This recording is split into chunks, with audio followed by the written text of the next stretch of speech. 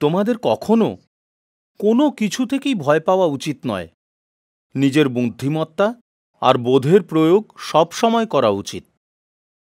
নিজের শত্রুদের বুদ্ধি দিয়ে হারানো উচিত, তাহলেই জয় তোমাদের হবেই।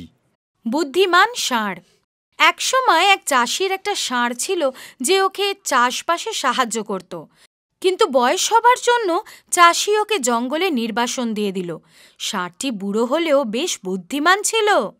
ও এমন একটা জায়গায় থাকতে চাইতো যেখানে অনেক খাবার পাওয়া যাবে। শীঘ্রই ও এক ফাঁকা গুহার সন্ধান পেল, যার পাশে একটা পুকুর ছিল আর চারিদিকে সবুজ তৃণভূমি, গাছপালা, লতাপাতা ছিল। ষাঁড়টি ওখানেই থাকতে লাগলো। একদিন ও সিংহকে ওর গুহার দিকে আসতে দেখল, কিন্তু ভয় পেল না। ওর মাথায় হঠাৎ একটা বুদ্ধি এলো। গুহার দিকে তাকিয়ে ও বলল, প্রিয়তম, আজ আমাদের সন্তানেরা দারুণ ভোজ পাবে। একটা সিংহ এদিকে আসছে। চুপচাপ থাকো, ওকে ভয় পাইয়ে দিও না। ও যেই আমাদের খুব কাছে আসবে, আমি ওকে আমার শিং দিয়ে তুলে নেব আর ভিতরে নিয়ে আসব। এটা শুনে সিংহ ভয় পেয়ে গেল আর ওই ষাঁড়টিকে একটি ভয়ঙ্কর জন্তু ভেবে ওখান থেকে পালিয়ে গেল। একটা শেয়াল সিংহকে এমনিভাবে পালাতে দেখে ওকে থামিয়ে জিজ্ঞেস করল। সিংহ সব কিছু বলল। এটা শুনে শেয়াল তো খুব হাসতে লাগলো।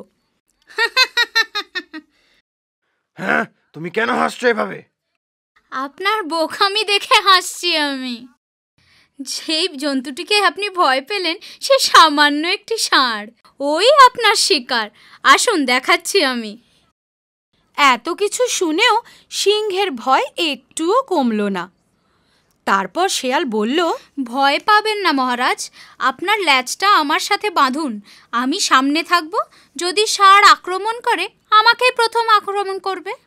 এটা সিংহকে সামান্য সাহস দিল। ও নিজের ল্যাজ শেয়ালের ল্যাজের সাথে বেঁধে গুহার দিকে হাঁটা দিল। যখন ষাঁড়টা নেকড়ে আর বাঘকে একসাথে আসতে দেখল, ও ভাবল যে নিশ্চয়ই শেয়ালটা সত্যি কথা বুঝে গেছে। তাও তখনও আবার নিজের নাটকটা শুরু করে শেয়ালকে ডাক দিয়ে বলল, আরে ভাই শিয়াল, আমি তো তোমায় দুটো সিংহ আনতে বলেছিলাম আমার জন্য। তুমি মাত্র একটা এনেছো দেখছি। এখন কি আমার পরিবার অর্ধভুক্ত থাকবে?